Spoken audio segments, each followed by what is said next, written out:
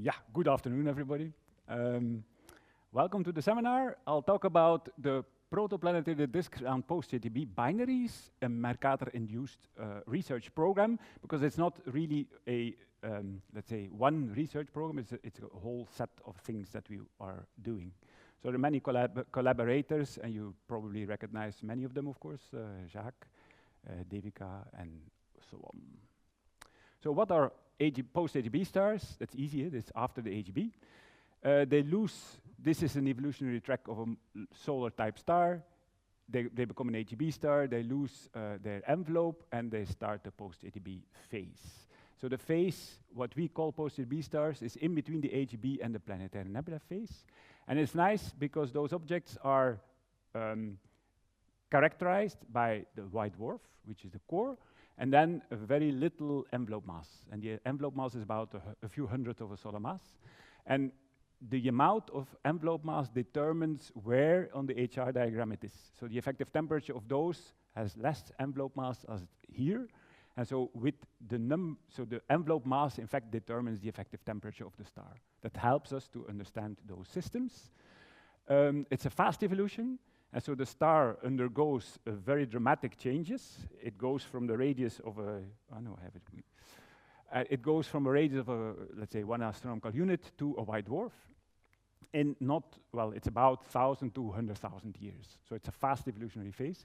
There are not many known, so you have to foster every post-AGB star that you recognize in the field. And they go from very obscure, where there is still a lot of envelope of the envelope lost by the AGB, to quite naked. So there where you see the central star very well. They're often variable because they pass the stability strip of the Cepheids. This is a textbook example of such a star. It's nice spherically symmetric, it lost mass, and so you see the white dwarf and the nice surrounding envelope. Of course, the reality is more difficult or different, and I think one of the HST legacies is certainly the beauty of protoplanetary nebula and certainly planetary nebula. These are images of non-ionized, so they are not yet a planetary nebula, but you see a lot of structure, you see bipolar outflows, you see jets, you see all kinds of interesting stuff.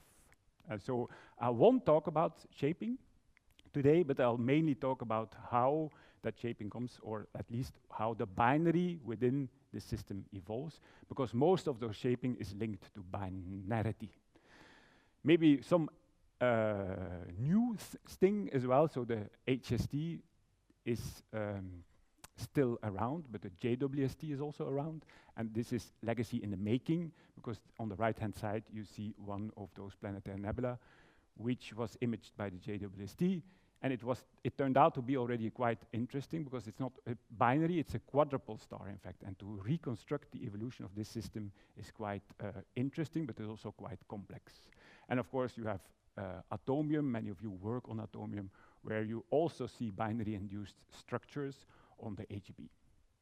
So, but why is it that the binary evolution is different than a single star evolution? There are many mechanisms that we understand, or more or less understand, and in fact we understand best the tides and we understand least the common envelope evolution. So you go from well understood physics to poorly understood physics. All those interaction mechanisms do play a role into the binary evolution, so the orbital evolution itself. So you have tidal interaction, you have, so the things that I show are the road slopes. You have wind interaction, where the shape of the spherically symmetric wind is shaped by the companion. When the companion is near, you can also have wind road slope overflow, it's called, in which you induce much more mass transfer to the other component, and it follows a bit the road slope. So it's called wind road slope overflow. When an AGB star or an RGB star fills the road slope, it is in a fully convective state. That means if you lose mass, you swell the star. The star becomes larger. And that is, of course, dramatic when you enter in a road slope. And a road slope overflow means that a star in a convective environment becomes bigger and bigger. It transfers much more mass than the companion can accomplish or can accommodate, and it becomes a common envelope.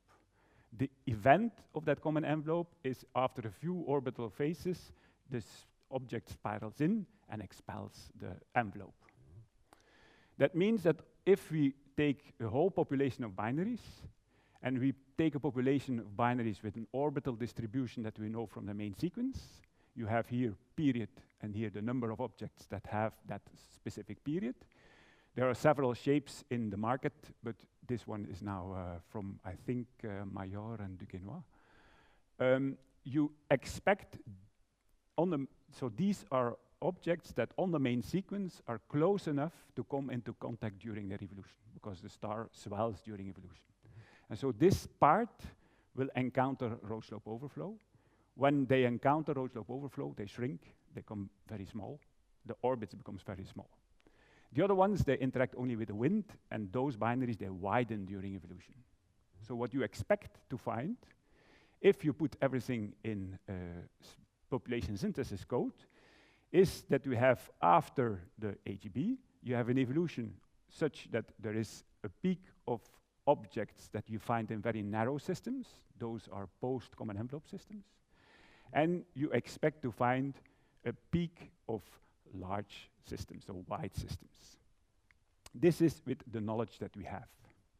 Then we come to the binary, first something else. And this, in fact, is observationally, so this bimodal distribution is observationally quite well established. For instance, you have mergers, and one of the talks previously was from that very system. So there was a whole talk about mainly this system, which you see the orbital evolution in time. You see the shrinking, and then the red supernova explodes, and it's a merging event. So these are the systems that come into contact, they merge. For many planetary nebula, they are products of a common envelope evolution. So this is period, this is that first peak, that's a result of the common envelope. And so it's funny to see also that there is no strong relation between the spiraled-in system and the shape of the nebula. For instance, it's a very nice, beautiful, round nebula, but it's a post-common envelope system. So it became, in fact, so it expelled its envelope during a common envelope event. It's here, there is a strong observational bias, because you observe easily this peak, because it's what you do is with photometry, you measure the central star. One part of the central star is heated by the hot white dwarf, and that's the one you see. And so when it's rotating, you see a light curve like that. So that's good. But then we come to the post-AGB binaries. Well, it's a long while ago that we started with the radial velocity monitoring, and we found the first binaries. Then, and now the story starts, we have Mercator, we built a nice instrument, it's called Hermes. The spectrograph allowed us to do that more systematically, to do radial velocity monitoring. So it means what was required is a good spectrograph and an observational model that allows us to follow those objects for a long time. And these are so this combination is quite unique in the world, I would say, because you have a very good spectrograph and you have an operational model, thanks to all of you, so all the observations that I will talk about. Many of you have obtained those. It allows us to do really systematic study of those objects. So what do we get? Binaries. And I'll present a certain, let's say, I show how we display so this is the velocity, and this is orbital phase. So it's a representation of the orbital motion. So this is orbital phase, and often I do two phases, because that gives you a better impression on how the objects move. And you see here the movement, it comes towards you. When it's blue shifted, it goes away from you. When it's red shifted, if it's a nice sign, then it's a circular orbit. If it's a bit skewed, then it is an eccentric orbit. We started monitoring when we started with Hermes, and we found many binaries. So these are all orbital phases. You can say it's good to stop at some point because the density of measurements is quite well, but I will explain you later that it's not the case. In any case, when there is a binary in pulsation, you have also a pulsation motion, and that pulsation motion is noise for us. Sorry for all the people studying pulsations, but for orbital determination, it's really noise.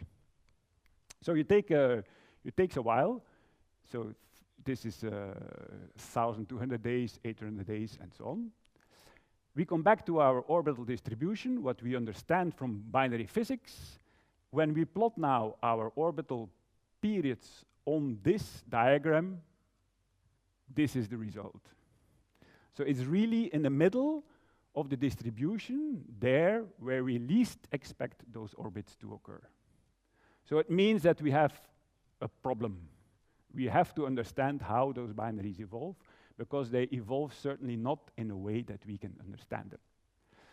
And so my talk will be about this process on how can we understand this binary evolution, or how can we understand the systems that we see them, we see them now. It's not only the orbit, it's also the eccentricity, because what you expect from a system with tidal interaction is that at some point the tides are strong enough to circularize and to synchronize. It doesn't happen, or at least it doesn't happen at the rate that we expect from theory. You see here, these are the orbital periods that we observed till now. These are the eccentricities. It's not at all so that those objects are circularized, despite the fact that they have to have a common envelope phase, or at least they are now orbits which are too small to accommodate an AGB star. So all those objects were subject in the past for a strong evolutionary phase in interaction. So there must have been a very strong interaction phase. You expect circularization, it doesn't happen. So there are two problems. The orbits we don't understand the orbits, and we don't understand the orbits yet now either. And we have to find a way to pump up the eccentricity, or to avoid circularization. So the talk will be, the rest of the talk, let's say, will be about what is now. So I won't be, at the end of the talk, we will not be, how do I say it? We don't understand it yet, so it's still work in progress. What we do understand is how the structure of those systems are, and we hope with a common understanding of the structures of all those systems to come to the most important building blocks that are needed to understand the evolution. And so we are still, well, we are now on a moment, let's say, that we understand what those building blocks are. So dissecting the common building blocks means we want to understand how those what the common properties of those systems are. We start with the SEDs, we go to the inner rim, at sublimation radius, we see jets, we see accretion. All those processes will be explained in a few slides. And then we future research avenues, because the story is not at all finished. You can always interrupt me. So one of the properties of those systems is we did not do a blind survey. We did select our objects previously, and we select specifically on their SED characteristics. So the SED characteristics is that we see optical light. Of course, we want to observe them with Hermes. We have the photosphere, and there is dust around it, and the dust has a certain temperature profile. First of all, it starts near sublimation temperature. So this is the dust excess, so it's circumstellar dust that is around the star. You can write down in the energy equation, this is the emission of dust if it's in thermal equilibrium, and this is how much energy it absorbs with A, the radius of a round dust particle. You get there the dust temperature. So from the temperature of the dust, you can estimate how far it is from the star. Assume that you know the luminosity. And that's, this temperature corresponds to sublimation radius, which is a few AU only of those systems. If we select those systems and we do the radial velocity monitoring of those systems, they all turn out to be binaries. If, on the other hand, you take shells that are having a different temperature profile because they are expanding, none of those systems turned out to be binaries. So there is clearly a very good selection mechanism to select binaries among our sample. We see them often, so well, often means in the whole galaxy we talk about 90 objects. 90 objects, which seems not to be much, but there are only 300 post-AGB stars known in the galaxy. So let's say it's about 1/3 of all the sample of post-AGB stars have this disk. We do it much more systematically in the LMC and SMC, there we have a whole galaxy to select from. And there it's also about 1/3 of the objects in that post-AGB phase have that property. Yeah? We don't have a Hermes out. I mean, there is a Hermes out, but in the in the LMC and SMC, we don't observe that radial velocity monitoring. So we don't have a radial velocity monitoring program in the south. So you can classify those, and so this is the color diagram. This is mid-infrared access. So if this is big, this is mid-infrared access. If this is big, this is a near-infrared access. So many objects have a near-infrared access, and there are a few objects that have a mid-infrared access, but where the near-infrared access is lower. So if you do that in a mean, so these are mean SEDs, we talk about this, what we call a full disk, and there are a few disks where the near-infrared is a bit depressed. But we'll come back to that later. So the dissection, this is the cartoon. If I were to wish you something to remember of this talk, it is this cartoon, because these contains, let's say, the building blocks of those systems. We talk now about that circumbinary disk. It's always circumbinary because the sublimation radius is further out than the orbit. So it's always circumbinary. The orbit is smaller. It rotates within the inner cavity. We observe with ALMA or Plateau de Bure, we see a few objects in rotation, so we are pretty but the spatial resolution of ALMA is not big enough unless you use the very long baselines. Yeah? So till now we have about six objects where we observe the Keplerian rotation, but all the rest, I think we can safely suspect that those disks are indeed in Keplerian rotation. Then we go to the interferometer. The interferometry is needed because what we want to observe is that in a rim, which is at sublimation radius for most of the cases, most of the objects are at kiloparsecs or far away, so you need the spatial resolution of the interferometer. Luckily, we have now not only one interferometric instrument, but a few. And it's really good in a very good wavelength regime, because in the wavelength regime from H to N, you go in the SED from the star-dominated regime to the dust-dominated regime. So you have the star-dominated in H, that's not resolved, it's small, but you still have some excess of the disk. And then the further you go in wavelength, the stronger the infrared excess becomes, and the less contribution you have from the star. So you can use the different wavelengths to probe really that region where the dust is starting to dominate the total energy emission. So we do imaging, or in a few cases we do imaging. Imaging is not easy because you have to have a lot of UV coverage. You can help thanks to, well, you can use several baselines. You can use the rotation of the Earth to cover more of the UV coverage, or you can do it in wavelength. The first image that we see, that we developed was this one. So we see the nice ring of the hot inner rim, and surprisingly, we also obtained a flux contribution from the companion. The companion is a main sequence star, so we did not expect to see any contribution from the main sequence star. The main star is 5,000 solar luminosities. The main sequence star is 1 solar luminosity, so that contrast is too big to see. But still we see it, and I'll come back to that because it's a very strong, let's say it's a few percent only from the total flux, but it tells you a lot about what kind of system is responsible for this kind of emission. It's thermal emission. This, you have to see, this reconstruction is that we remove the central star to enhance the contrast. So the central star is removed, is not resolved, so we can remove it in Fourier space. And this one is the PSF, so the point-spread function of the Hubble Space Telescope. So it's really the power of that interferometry is that you really focus on very, very, very small scales on the sky. So we had a large program, or we have a large program, but then COVID came. So we have a delayed program. For the moment, we don't have all the data yet. Almost all the data is there, but in the summer, we will have more data. So the goal was to obtain 11 targets. So that means we have enough data to do the image reconstruction for 11 targets.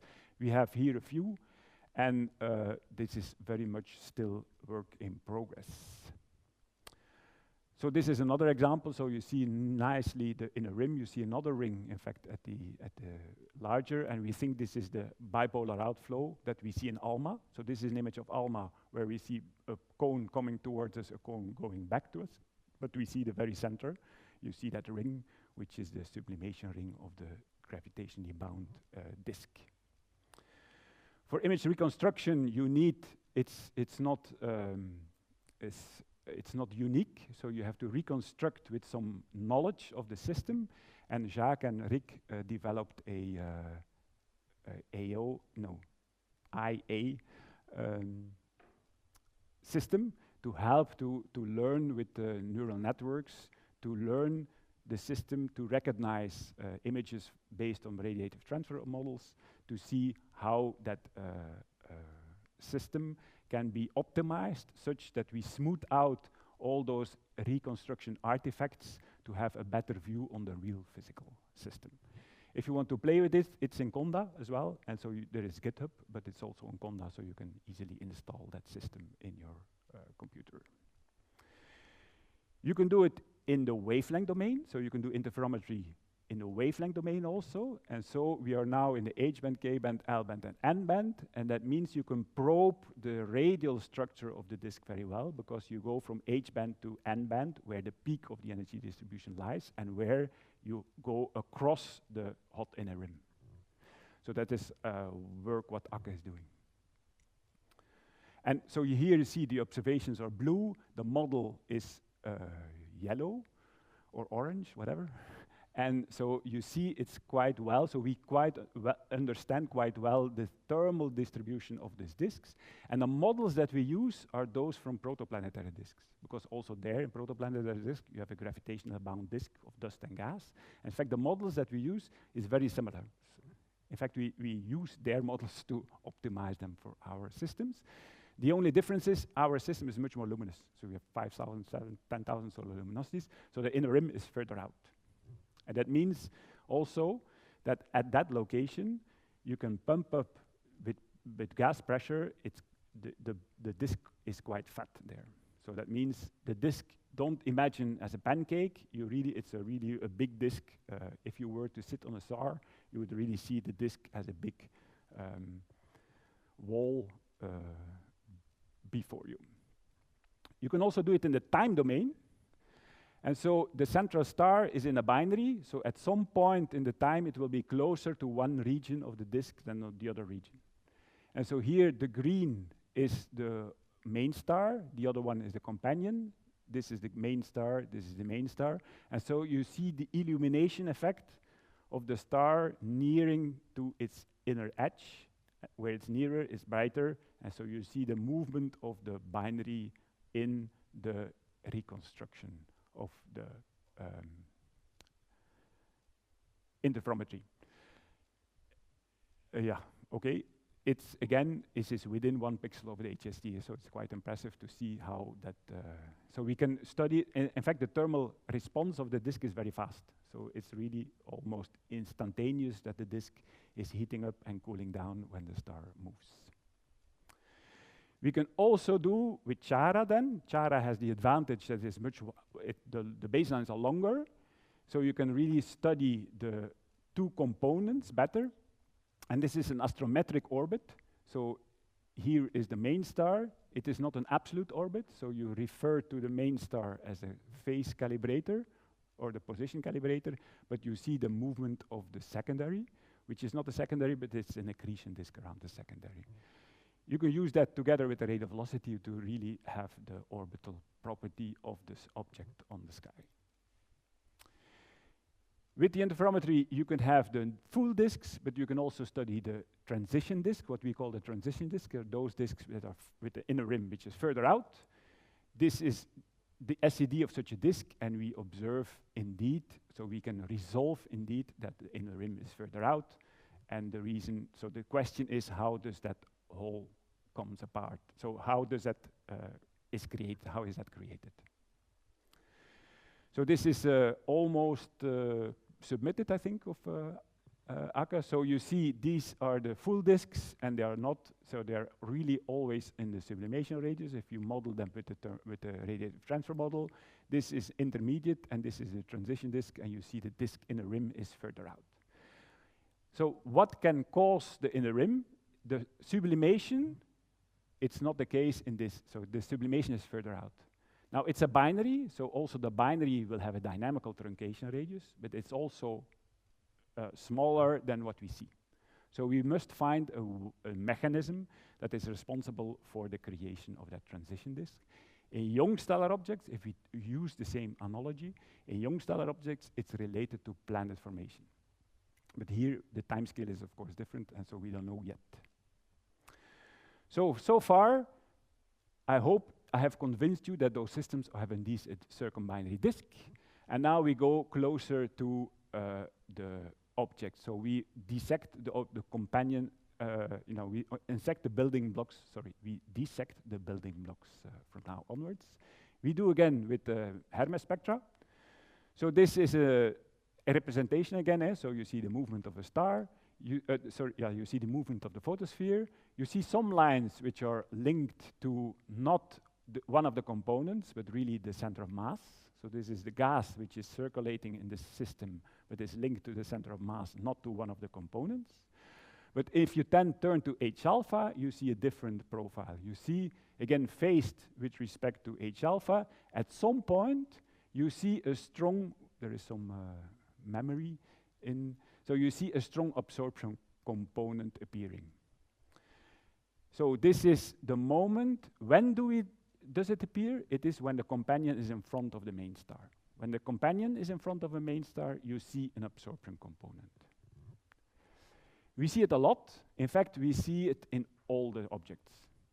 Not all the objects. We see in most of the objects, we see an impression of such a high velocity absorption profile when the companion is in front.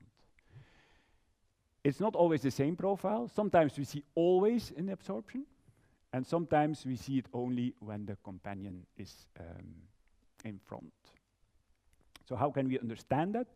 So if we have an accretion disk around the companion, we have a jet, so a biconar outflow created by the companion, then you will only see it when the main star, which is producing the light path to the main star is crossing that region. Then you see an impact. In the impact is blue shifted because the cone that is pointing towards you will be in the blue shifted regime. You can model that, so you use line tracing. So you have the star. When the light goes through the cone, we assume there is an angle dependency of the velocity and an angle dependency of the density.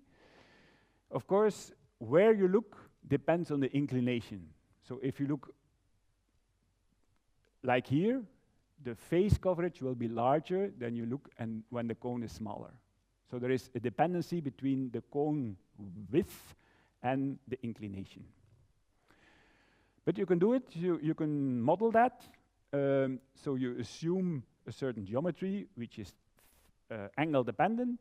You assume that the density has the same profile, and you have, typically what you see is that the cone itself is fast and low density. The edge of the cone is low velocity, but high density. And that gives an imprint on the spectra. And with a similar model, with a similar geometric model, we can explain quite all those different distributions. So if you deproject them, you see a star, you see the binary, it's rotating. Depending on the line of sight through the cone, you see the different, a different impact on the spectra. So this is the side view, this is the front view, and this is a top view, if you want. You can do it in this, for instance, when you see always an absorption, that means that you almost look pole-on onto the system, and irrespective of the position of your system, you always have a line of sight through the cone.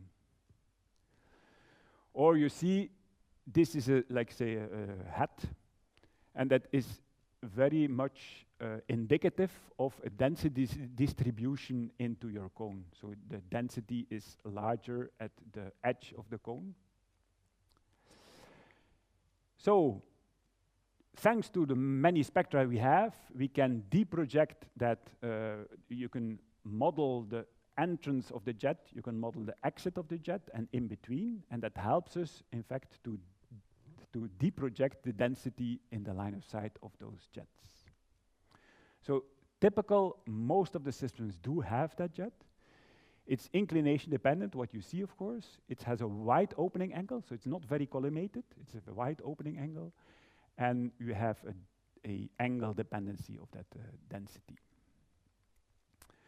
The next step is to include models of jets, but now models of accretion phenomena, and accretion phenomena with a MHD jet, in fact, created in the disk. So here the parameters are different. The accretion rate is a parameter, the magnetization is a parameter, and for the rest, the model determines which kind of density distribution and velocity distribution you have. In the young star community, this is often used, but there the central star is, of course, the star itself. Here we have a light source outside the system, so we have to bring the system a bit in a different coordinate system. And so Olivier did that as his master thesis. So we do it in 3D. One of the problems we have with this system is, first of all, we obtain, if we want to have what we see, we have to have a very high accretion rate. We are talking about 10 to the minus 4, 10 to the minus 5 solar mass per year of accretion onto the companion, which is a bit uncomfortably high. It's still uncomfortably high. This is one problem. Another problem is, normally an accretion disk is rotating. If it's a rotating disk, you will have a rotation also in the jet. If you include the rotation in the jet, you would see, you would see a component also in the in the part towards us, because of a rotation, it is partly away from us, partly towards us. We never see it in the data. In none of the systems, we have a component of that absorption component in the red side of the profile. So that is something, so there is something that depresses the rotational signature of the rotation of the accretion disk into the jet. We don't know yet what, so this is one of the questions that we are still trying to ask, or to solve. We have the question, we have to solve it.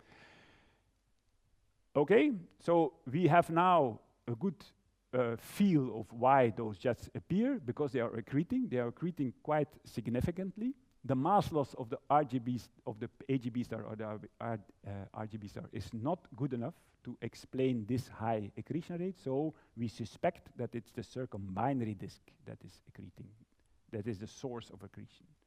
So the mass from the circumbinary disk is accreting onto the companion. Now, if the mass of the circumbinary disk is accreting on the companion, there is no way to avoid accretion on the main star as well.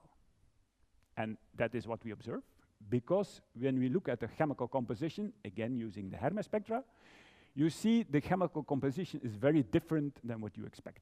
This is a solar type star. This is H beta. You see all those lines. It's an F star. The temperature of those 3 stars is about the same. The gravity of the 3 stars is about the same. So all that you see is really chemical composition difference. You see there's almost no metal lines, except those lines, which is CNO, so carbon, nitrogen, oxygen, sulfur, and zinc. This is another example. You see the carbon lines are there, the zinc line is there, but all the rest is gone. So it's a very specific chemical composition. If you measure, or if you plot this under condensation temperature, this is the abundance. This is the abundance, and you see there is a correlation between the gas that we see on the photosphere, or the content of the gas that you see in the photosphere, and the condensation temperature. And what is the condensation temperature? Is the temperature at which this element sticks to dust grains. So, in order to explain this, you have to have the circumbinary disk where dust is formed. The chemical separation occurs in the disk. You need a system to trap the dust into the disk and accrete only the gas. That gas has a chemical signature of depletion because it is in a gas, it comes from a dust creating environment. So what you need is a model. So what we did here is we have the chemical composition and we assume a chemical composition looking like that. If you mix and you have a dilution factor of 2, this is what you would observe. So because you dilute the gas on top of an enriched, on the post-AGB star, so you mix. This is a factor of 100 dilution, and this is saturation. That means here you only see the gas which is accreted. There is no mixture anymore. There's no memory of the gas through which you have mixed. So the original content of the post-AGB star is gone. You don't see it anymore. You only see the gas that is accreted. The characteristic is that profile that is a linear trend in the condensation temperature regime. So this is a plateau profile. And these ones, the dilution factor can be estimated on the shape of the abundance determination regime. So this is what Glenn did for his PhD. He used an accretion model. He used MESA to see what kind of mixture you can have or what kind of convection regions that you have in such a star. You accrete material and you can see whether you can evolve the star from the AGB to the post-AGB star where it is now with the correct chemical composition. It's common, or very many objects show it. So this is a depletion plot in which I show iron over titanium with zinc over titanium, which are depletion measures. So if zinc of titanium is large, that means zinc and titanium have the same nucleosynthetic history, but they have the different chemical properties. So zinc does not stick to dust grains, titanium does. And so you have, these are all saturated profiles. They have a high iron over titanium and a high zinc over titanium. These are the plateau, and some do not show depletion. But on general, depletion occurs very regularly. So what else do we see? We see that there is a link between the SED and the depletion pattern. These are the full disks. This is a distribution of metallicity, which is, let's say, these are depleted, these are non-depleted. The transition disks are on average stronger depleted. So the ones with a big gap are stronger depleted than the ones without a big gap. So our hypothesis is that whatever forms the gap is also responsible for that depletion process. So what are the requirements to obtain depletion on the top of the photosphere? That is, you have to accrete depleted gas, which is coming from a disk where dust formation happens. You have to separate the dust from the gas, and you have to accrete only the gas and not the dust. So it's a complicated thing. We don't have a full model yet, but we have to find a way to trap the dust. Interestingly enough, we see the same in young star objects. But in young star objects, you also have a disk, you also have accretion, but there the effect of accretion is much less because you have a big envelope material, namely the main sequence star, which has not such a tiny envelope, but has a full envelope of 1 solar mass, whatever. Here we see the effect much stronger because the dilution is on a surface which is very low in mass because it's a post-AGB star. There is not much mass that you can dilute to. So in young stellar objects, the model, or there are several models. One of the models is that there's a pressure bump. So if you have a pressure depression, the dust grains stick into that thing. And what is causing the pressure bump? There is many literature on that. A planet is one of the possibilities. There are other mechanisms in disk evolution, let's say, that would provide such a pressure bump. So one of the things that we are looking for is, of course, evidence for such a pressure bump in order to explain and to link that to that depletion process. So in young star objects, a planet. In post-AGB stars, the disk, the star evolves very fast. So the question is that possible? Is it possible that you find microstructures there already? Or is it a planet that was there beforehand? We don't know, or if it's a planet at all. So we are looking for ways to have signatures on planet formation in those disks, or at least interaction with bodies that are that can explain that depletion process. So we've come up with a few scenarios. This is with dust. If the dust is going to the sublimation radius, you can accrete, but it's not very strongly depleted. If you can trap the dust and you can separate the gas, then the depleted gas can accrete. The planet is also maybe responsible for the transition nature, and that's the status at which we are now. We are still, of course, in the let's say, the discussion on what are the potential physical mechanisms to explain all this in a coherent picture. What we do know is that disks are very common. We know that depletion is very common. We know that jet formation is very common. And we know that so the interaction is very common as well.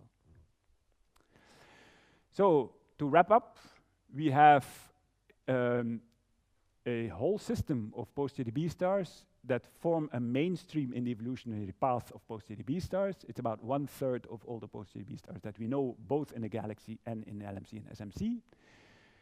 We have, I think, identified the most common building blocks of those systems, but there are, of course, very many questions still. So first of all, the disk creation. When is the disk created and how much angular momentum does it contain? The disk evolution, can we come up with a good model for the disk evolution? And it's not only the disk evolution, because the central star also evolves in the meantime. So we need to understand very well the disk creation, disk evolution, disk structures. Are there disks indeed protoplanetary? That means in physics, yes. I mean, we see large grains, we see crystalline grains, we see many things that are very similar to young star objects. But let's say the comparison between the two is very interesting, in my opinion. We have jets, they're very common, but we have to know how those jets are able, or how nature is able to suppress rotation. The lifetime is another thing. The formation history, of course. The orbital evolution is the start of, we started off with explaining the orbital evolution, or at least facing the problem of the orbital evolution. We are not yet there, so we don't understand very well the reason why that orbital evolution is there, but we do suspect that that disk formation is a very crucial element in binary evolution for a wide range of orbits. Linked to white dwarf systems, of course, and linked to AGB systems are also in very important aspects in that recovering of the history of those systems. So what's next? We have many tools nowadays to study them systematically, and I think the next step is really to study those systems not one by one, but to look at them as a whole system, as a whole. Because the number of systems are so large, we have enough data. We have a lot of data thanks to Hermes and Mercator. We are accumulating interferometric data to resolve the structures at the spatial scale that is needed for us. I didn't talk about sphere, I didn't talk about ALMA yet, because these are, it was otherwise too full. I have to take, yeah. And we have, of course, the SEDs, JWST. We have a few proposals on JWST with respect to locating the chemistry of the circumstellar gas to see whether we can indeed observe the circumstellar gas that is about to be accreted onto the star. So we expect the depletion to be also present in the gas of the circumstellar environment. Gaia is till now a bit disappointing. Sorry for the Gaia people. Because the objects are still too far away, or at least they used a very conservative system to flag astrometric binaries. And so none of our systems turned out to be a binary according to Gaia, and we know that they're all binaries. So there is some conflict there, but we hope in DR4 at least that there is more astrometric orbits being present. So it's not the end of the talk, it's in fact the middle, because there is still many questions to come. Thank you, if you have questions.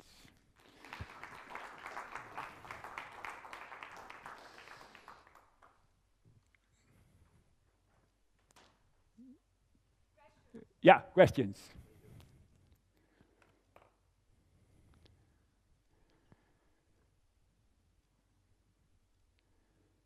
Whoa, nice. Okay, I'll play Yoris a bit today. I'll send him the bill later on. Yes, thank you for this great talk. You talk about, or you mentioned very briefly at the end, the potential results from Gaia. I'm not sure exactly what you, I didn't really understand what you expect from that. Well, we don't know the distances very well.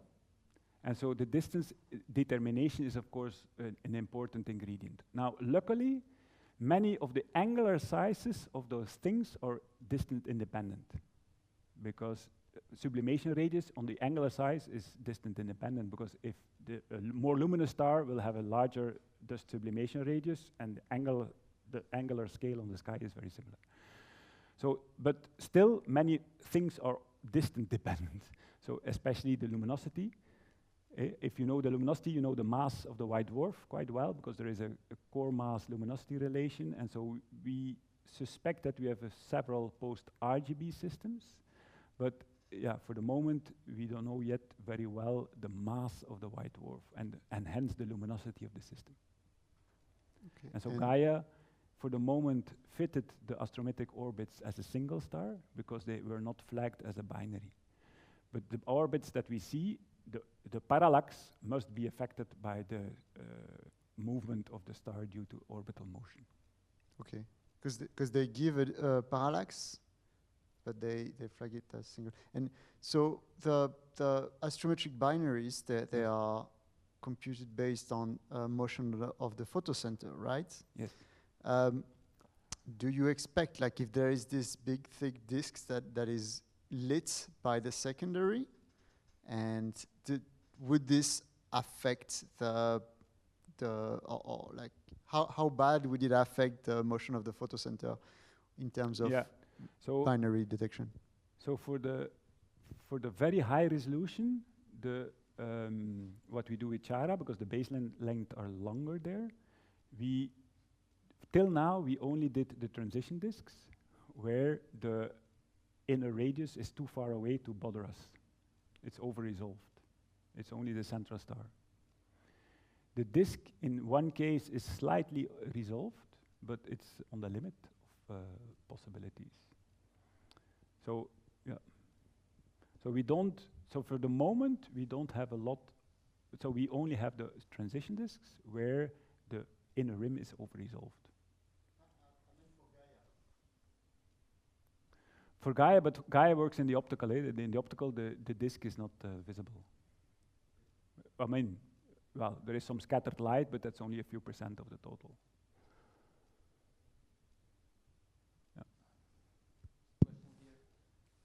Yeah. For the second scenario you mentioned for transition disks, do you have estimates or constraints on planetary masses, like for if you have a planet? No. Okay. No. Sorry for that, but no, we don't know.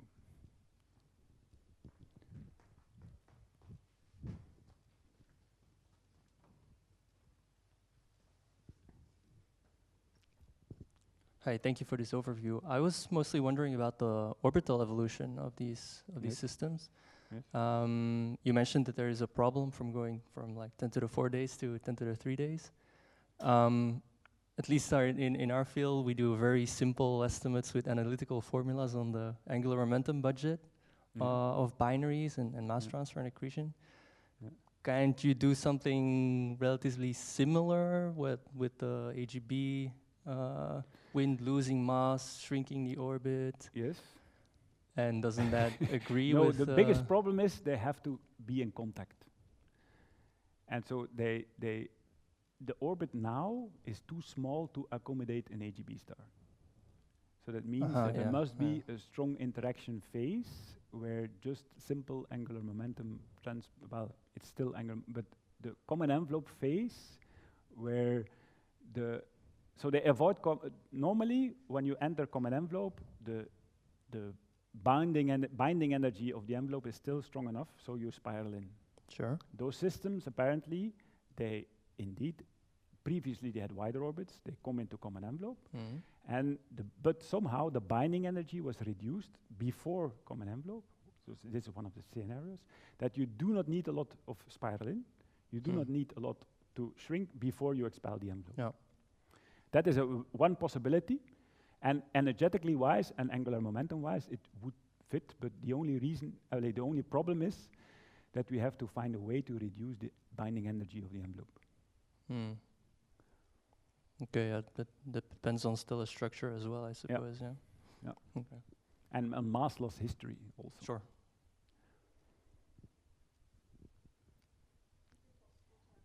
Wait. You only mentioned rush slope overflow and then in direct combination with a common envelope. Is it possible to just have rush slope overflow? Yes. Because But it well, needs to and be not spiral in, you mean? Yeah.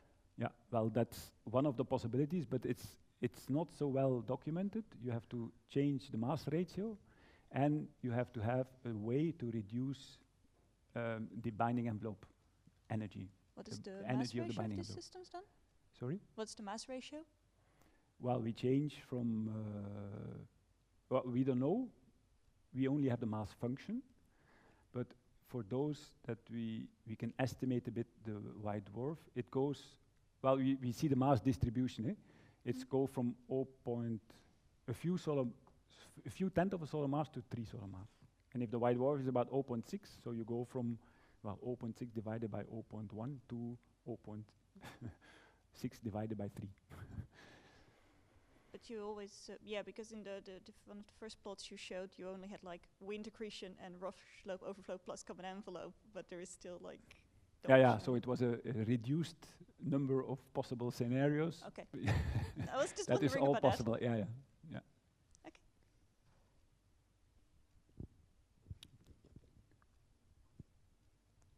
Hi. I was just wondering, because you proposed for JWST. I was wondering if you have any expectations regarding the composition and if this would be vastly different from what you would see in young stellar objects for protoplanetary disks. The JWST, you mean? Yeah. Yeah. So what we are aiming at is to find chemical signatures of that depletion process. And what would those signatures be? It will be a different CO2 composition and a CO composition, if I remember correctly. I have to check my proposal. Okay. Yeah. So Okay. the dust formation will impact on the chemical composition that you expect, and so you expect well, first of all, we don't know yet, but we expect. We didn't do the chemical model yet, but we expect a signature in the gas lines with a lot of CO2. Okay. Yeah. Thank you. There are more questions? Yep.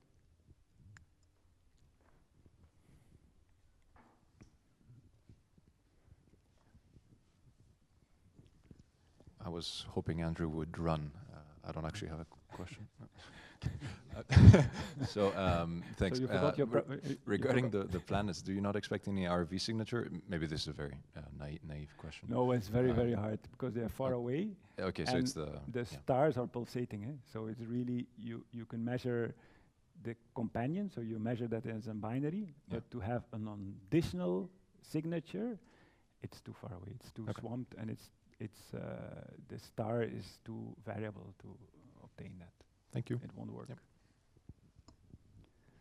I'm not gonna run.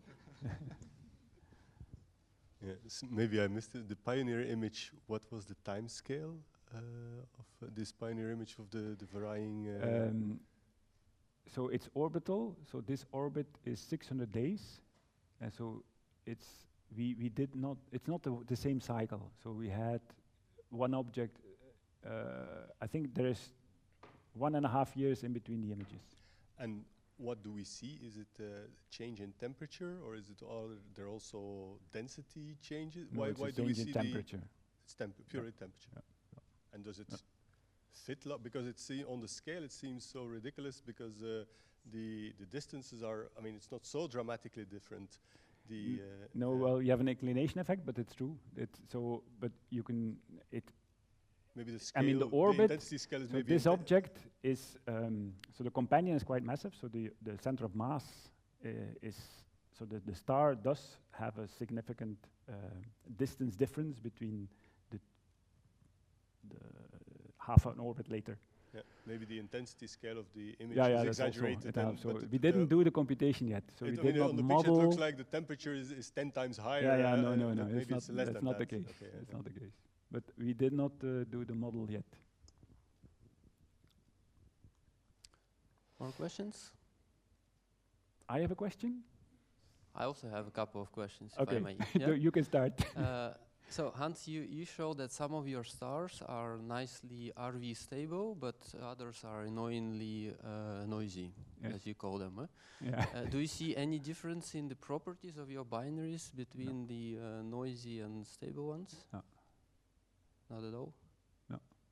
And a second question would be, so you said that at some point that you would need ridiculously high accretion rates from the disk onto the star.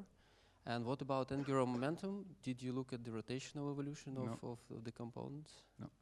So there must be, well, it comes from a rotating disk, eh? So there must be an angular momentum. They must spin up. But we did not translate yet the total angular momentum transport of what is in the disk and the potential accretion onto the companion. But the companion is a low mass main sequence star, so we will never see it in. I mean, the contrast is too high. But the fact that there is an accretion disk helps us to see the astrometric binaries in the interferometry. So the total light of the companion circumcompanion disk is about 5% of the total NH. Okay, thank you. Go ahead with your question. I have a question. So apart from we do a test in the measurement of apparent motion. So no, I think the understanding of apparent motion of sun and stars. And for that, we do develop a measuring tool. And the measuring tool is focusing on understanding what the difference is between the apparent motion of stars and the apparent motion of the sun.